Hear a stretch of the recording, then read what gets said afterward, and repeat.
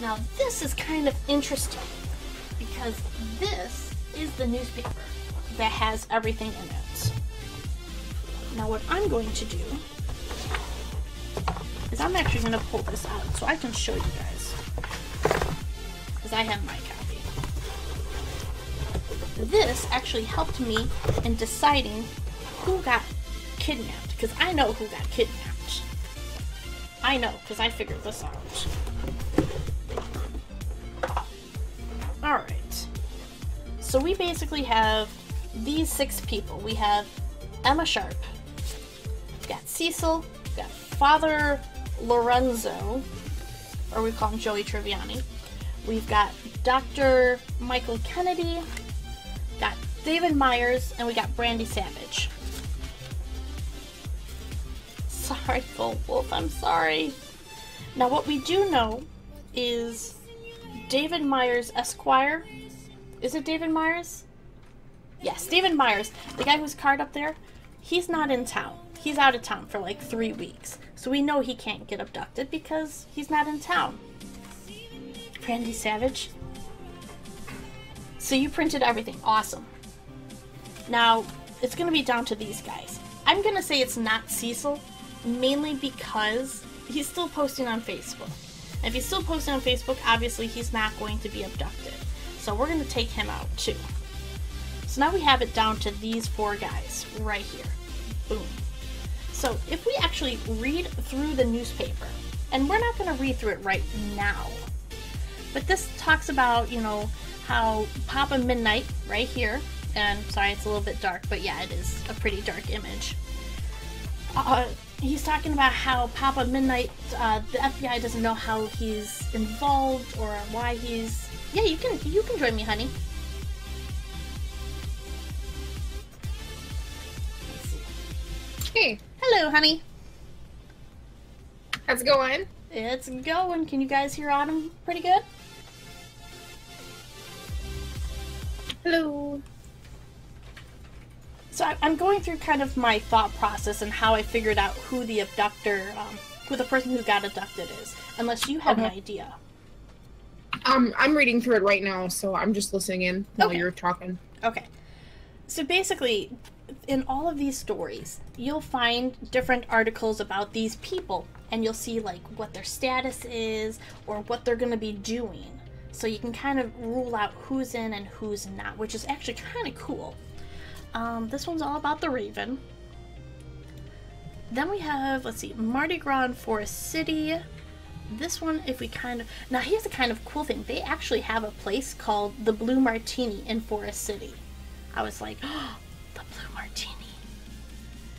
So that's kind of interesting. Let's see. We have a parade within a parade right here. Got some hot ladies over there. We got nothing interesting in here. A good volume. Okay, awesome. Thank you, Gold Wolf. And then over here, let's see. We have... Okay, the priest invited to the Vatican. A local Catholic priest, Father Dominic Lorenzo, right here, aka Joey Tribbiani, is honored with an invitation to the Vatican to attend a conference. So he departed from the conference 4 days ago and returned next week. So it's not Father Lorenzo because he's been gone. So he's out. Yep, go ahead, you lurk away, honey. Then they've got like strange drones that have been sighted. They have a sonic boom that had happened. If we read through this story about Mardi Gras, this one's interesting. They actually talk about the different bakeries and what's going on and stuff like that. Let's see. And this is where we talk about the crews, I guess they call them. That's what I was talking about, you know, where, you know, only the certain families can have the floats and they have the nice ones and it gets passed down from generation to generation. So that's what they're talking about. But they have a newest crew, the crew of the El Dorado. And their parade float is called the Land of El Dorado. And I guess you have to pay a lot of money to get in here, like VIP tickets. Oh yeah, it says right here, it's starting at $750. So it's kind of interesting to see, you know, how that all works and how I just thought it was like the city that did. I didn't know it was actually like family related. Over here, they have a virus outbreak. So now there's a virus outbreak that's happening across Forest City. And it sounds really disgusting. Like pus-filled vesicles on your abdomen, hallucinations, erratic behavior. Sounds like a fun Thursday night for me. But this one says, this is interesting. Patient 0 has been identified as Forest City resident Brandy Savage. She was admitted to the quarantine 3 days ago and is still being held there. So, Brandy Savage is basically in with the CDC, so she's out. So now it's down to Dr. Michael Kennedy and Emma Sharp. So let's see if we can find anything else that's going on with this. Let's go to the next page. Here we got the Raven's last murder victim, which I don't think is going to be portrayed to this because that's from last year. And the Raven kidnaps women. Yes, Paul. The Raven does typically kidnap women, but we can't assume that. We don't want to assume that, you know? Let's see.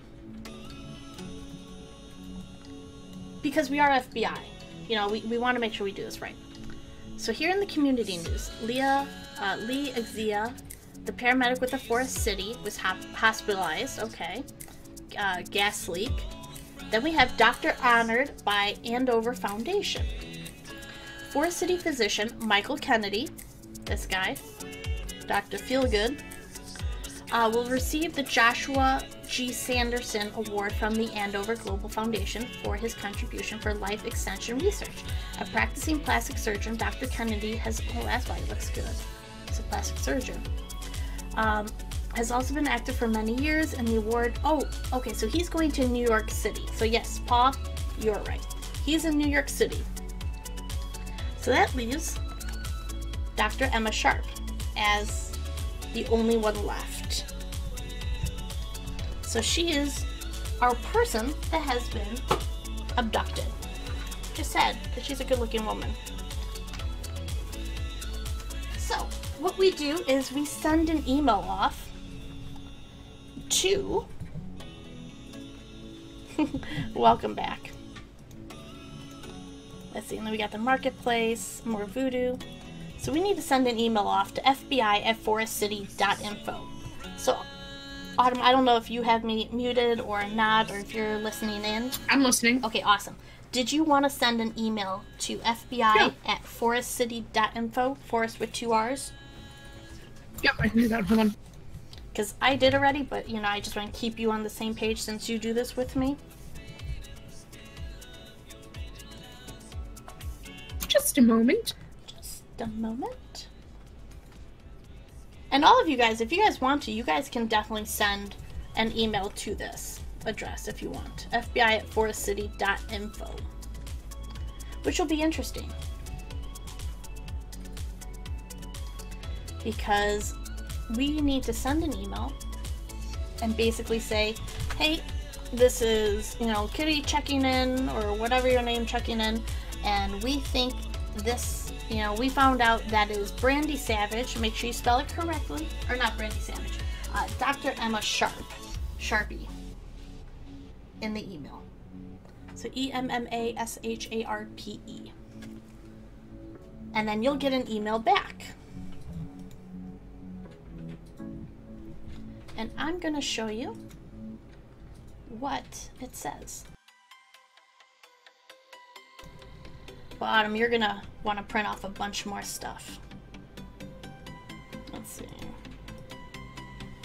So here we go. This is what the email looks like.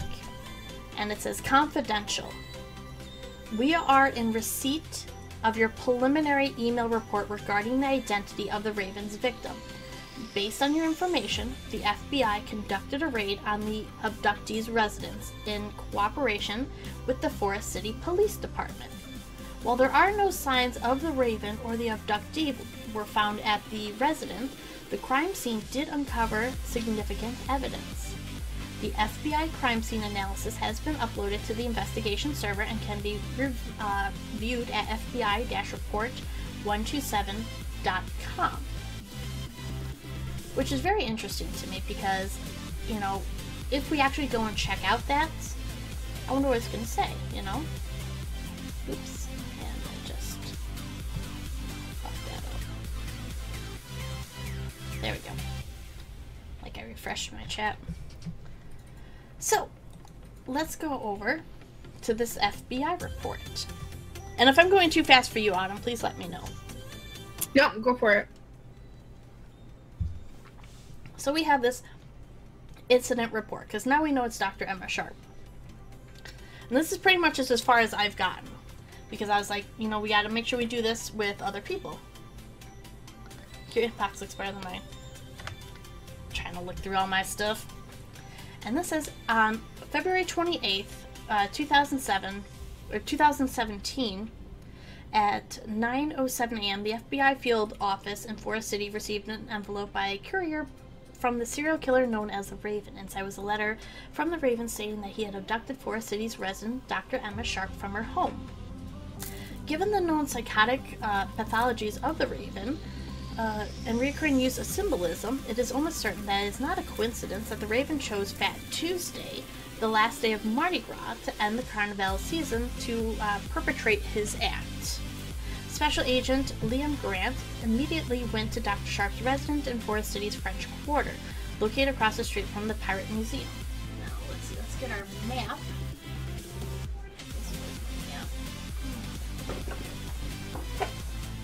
And put it away.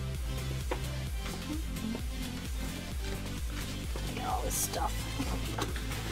Aha, there it is.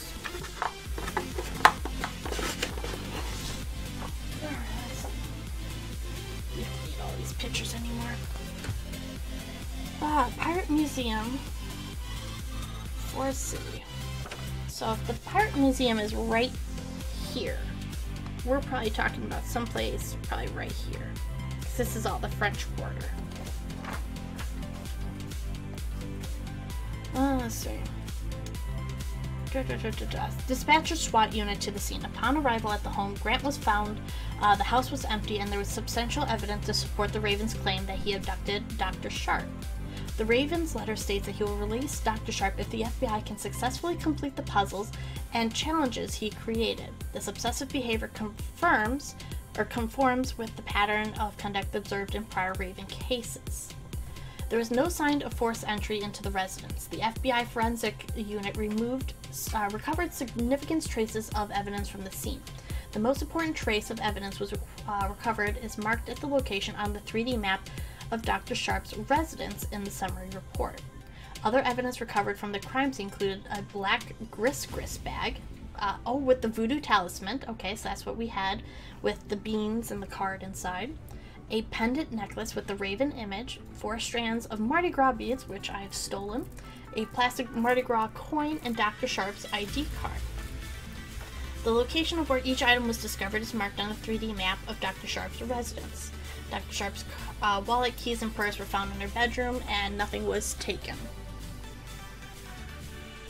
So here we go. So this is where pretty much everything was found. The pendant with the Raven images, let's see, was found at her kitchen table.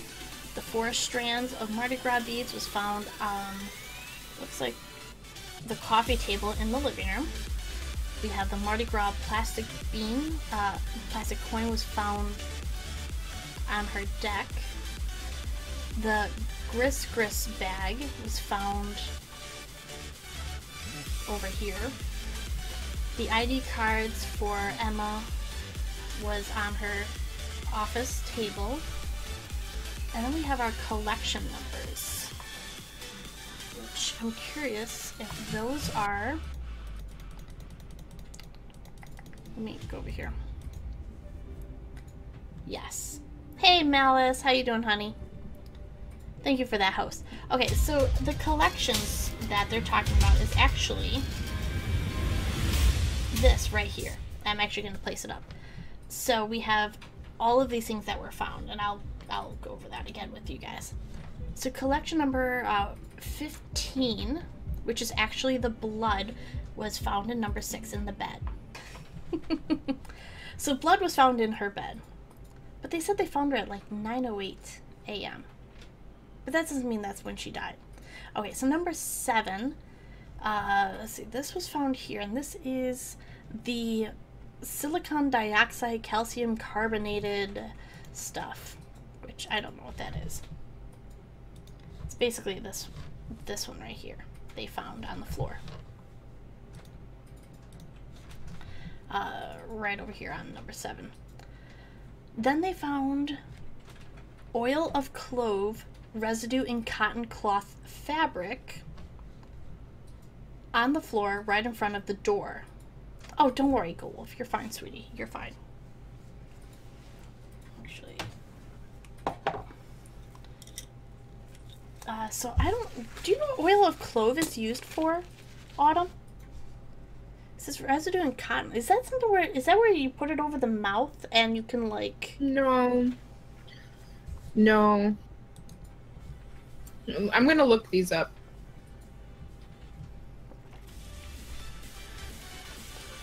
And then they say, let's see, collection number 18, which we know is rose petal fragment, was actually found in number 9. So they left rose petals here by this door. Expert. Clove bud oil is also used to ease respiratory problems such as cough, cold, sinusitis, asthma, and tuberculosis. Chewing on a clove bud is said to help sore throats. Antiseptic is typically... Okay. So, it says the oil of clove, right here, residue in cotton cloth fabric. So, you found it in fabric that was left on the floor, you know, right over here by the front door, which is just kind of weird. But let's continue on. Let's keep looking. Here's her card. Gosh, she's pretty. Thumbprint. Clearance level Alpha 7. She's got a barcode. The certified bearer of this identification badge is to be afforded the level of access to all Archon genomic facilities as specified as stated by the level security clearance. So she works for Archon Genomics, but who's the sharp that works for the attorney's office then? That's weird. I thought she worked for the attorney's office. Victim Matrix. Let's see. Also eliminates acne, kills parasites, improves blood circulation, gum disease.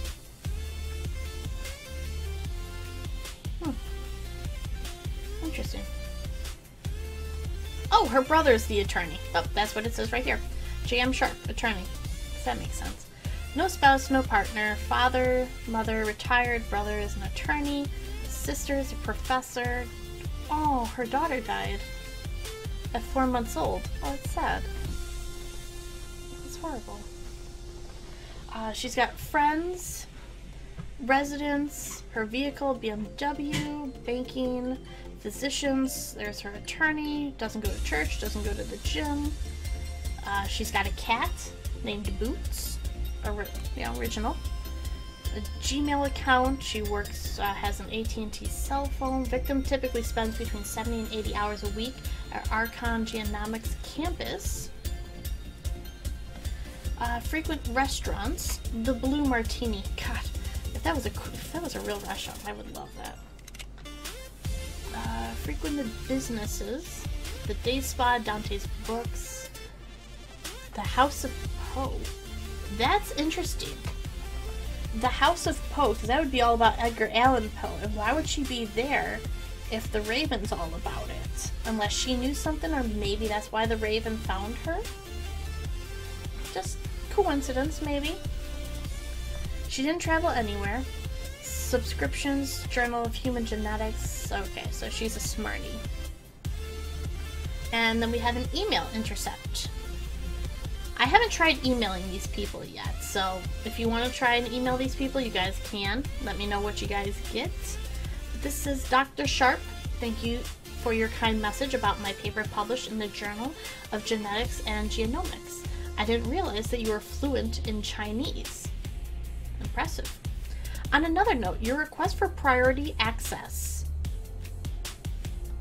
Oh, thank you, Mouse. On another note, your request for priority access to the Foundry has been approved. My assistant will be contacting you today to discuss the parameters for the project. Finally, I need to speak to you about the Blessin issue. Can you come to my office when you have a moment? I'll be leaving for Facility 1 tomorrow and will not return for 5 days. So, what's the Blessin issue? So, here's what I found. Okay. Of these trace evidences. So the first one, silicon dioxide, calcium carbonate, putrescine, and butyradilhyde, whatever the fuck that is. Guatemala. So, yeah, in Guatemala. Silicon dioxide is also quartz. Okay. It's the same thing. Calcium carbonate is found in rocks. A putrescine now is interesting because putrescine is actually the chemical compound that is released in decay. So, like, breakdown of dead animals, people. And then Guatemala is actually it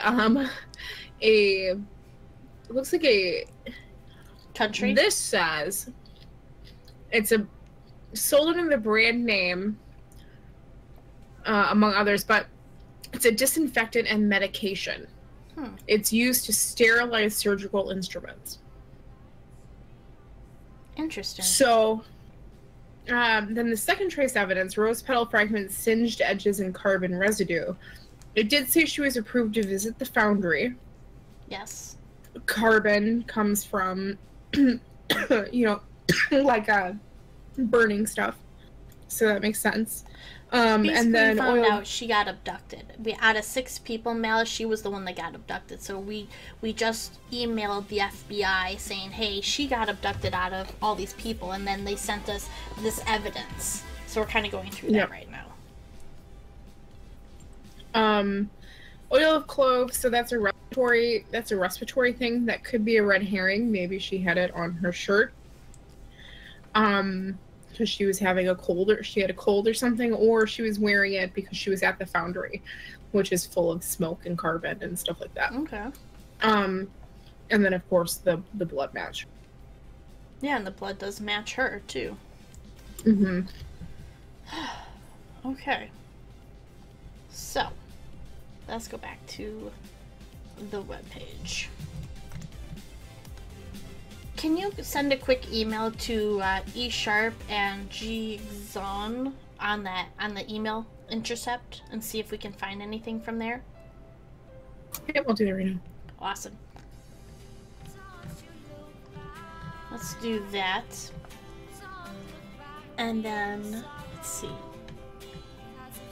Then, since we have that, we could probably start trying to figure out some of these, some of these mysteries that are going on.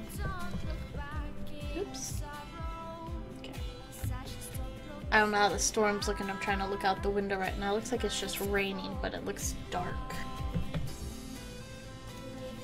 Alright, so we have the dirt, which is the FBI evidence that we collected right there.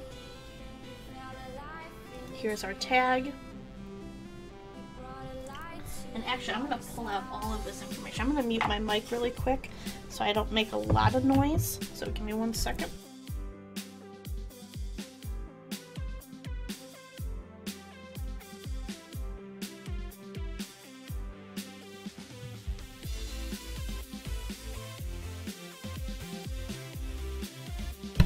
I labeled it. It looks and smells like dirt because when I take the pictures of everything, it didn't say that. But if it gives people an idea, inside the document that I have all this, because what you see above me, all that information is in a Google document. So all of my subs can see this because they can't physically hold it. That's the thing. So I want to try and give them like, hey, this is what it looks like. This is what it smells like, just in case. If it was important.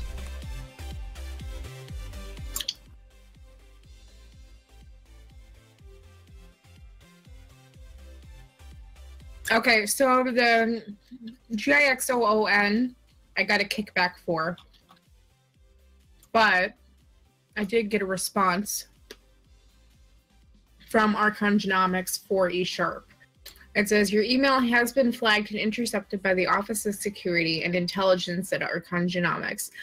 This facility is currently operating under a level 1 security protocol. All external communications are restricted until further notice for all persons with inadequate security clearance as assigned by the U.S. Department of Defense pursuant to 50 U.S. Code Section 3341. Okay. So basically, because you don't have the proper whatever, they're not going to let you email them through.